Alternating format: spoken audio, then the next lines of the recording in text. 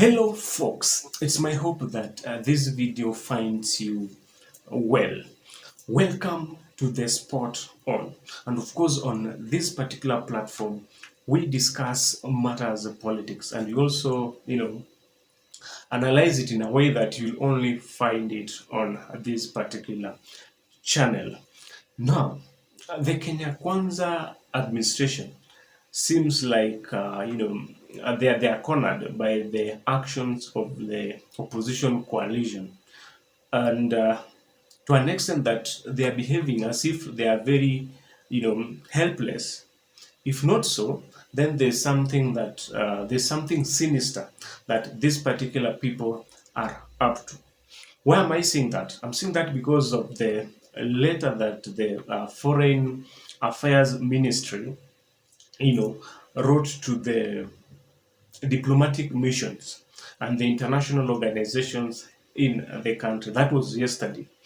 Folks, the content of that particular letter actually caught me by a surprise because they are saying, or the Ministry of Foreign Affairs are saying that on 20th, they have accused the opposition and saying that on the 20th of this March, of this month, that is, I think this week on Monday, when the Azimio started their protest, they're saying that the aim of that particular demonstration was to, cause anarchy or unseat a legally elected president by the opposition. That is the content of that particular letter. And in fact, as a result, they are saying that they want the opposition leader to be, that the diplomatic missions and the international organization, that they impose some sanctions on this particular individual. When it gets to a point whereby a sovereign country like Kenya has now to fabricate information to the diplomatic mission, so at least they can send a message that, you know what, we have got an individual in this particular country that wants to cause anarchy. Folks, that's something that's very sad, and it's something that nobody should be proud of, because I don't remember the day that the opposition said that they wanted to cause anarchy. How do you unseat a sitting, a duly elected president? How do you unseat that particular individual? And in a quick rejoinder, yesterday the opposition coalition, they accused the government of lying to the international organizations and the diplomatic missions, because they were arguing out that that was a way to tarnish their name, so that at least they can look like an outfit uh, that thrives in anarchy. So that was the opposition's response. Folks, when you talk about the diplomatic missions, of course, you all know that the diplomatic missions are, members of the diplomatic corps, and you know them. And actually, most of them they played a critical role in last year's election. Most of them they also had their preferred candidates, and maybe that could explain one of the reasons as to why the Kenya Kwanza administration, or William Ruto through the Ministry of Foreign Affairs, are now forced to report the actions or to fabricate that particular information to these particular people. Folks, the accusation by the Kenya Kwanza administration, towards the opposition, to me, I think they are rumors. They're just rumors, or they're just fabrication to paint a picture that we have a section or an outfit in the country that doesn't believe in democracy. Because I think it's just the same script that Dr. Fred Matiang'i used in 2017 when they labeled NRM, the Miguna-led NRM, as an illegal outfit in the country. So the same script is being used here, because they are saying that the opposition on the 20th of March, they wanted to march to State House and ouster a duly elected president.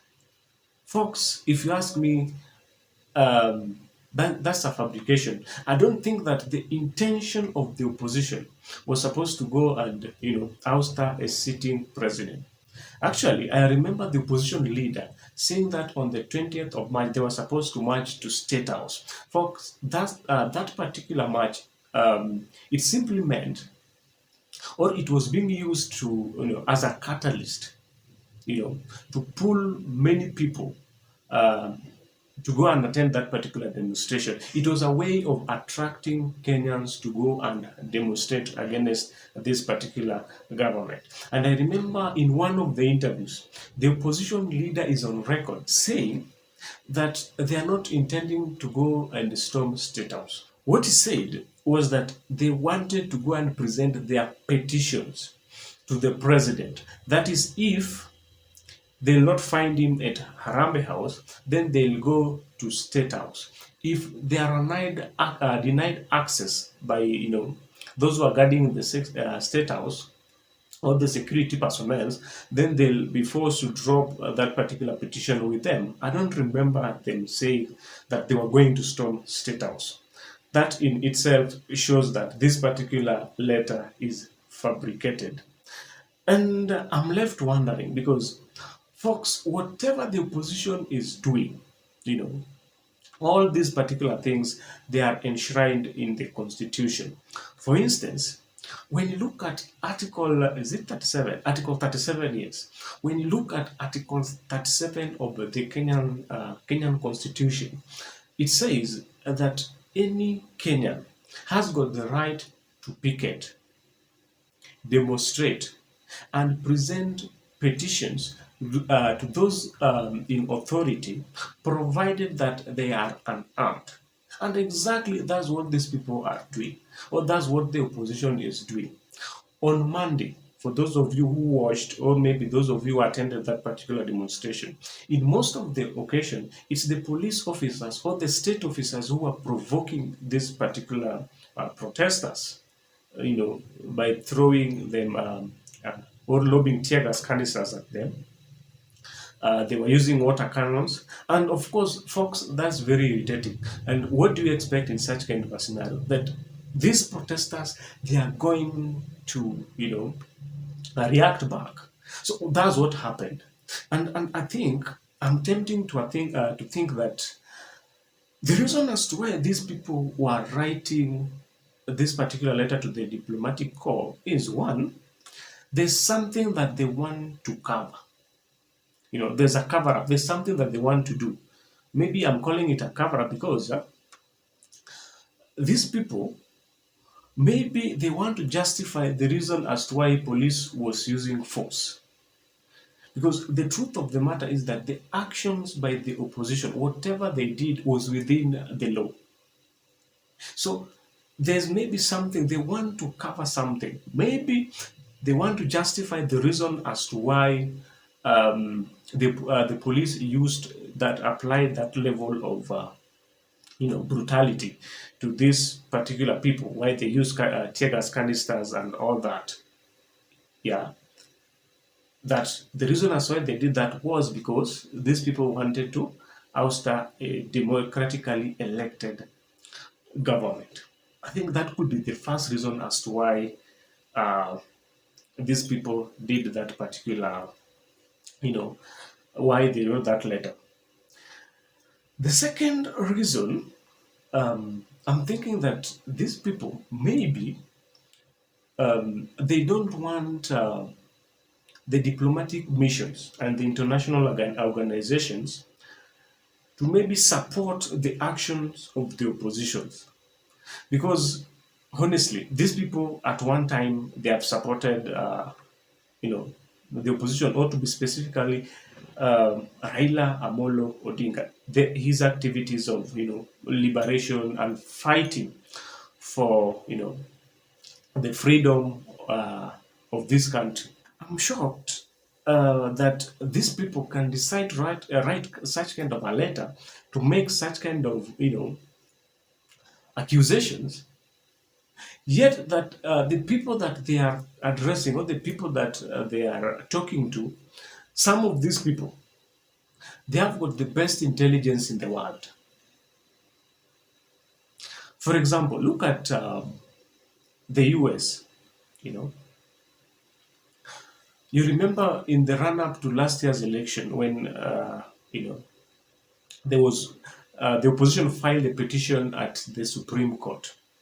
A day to that particular judgment, they said that there are some parts of the country that were likely to experience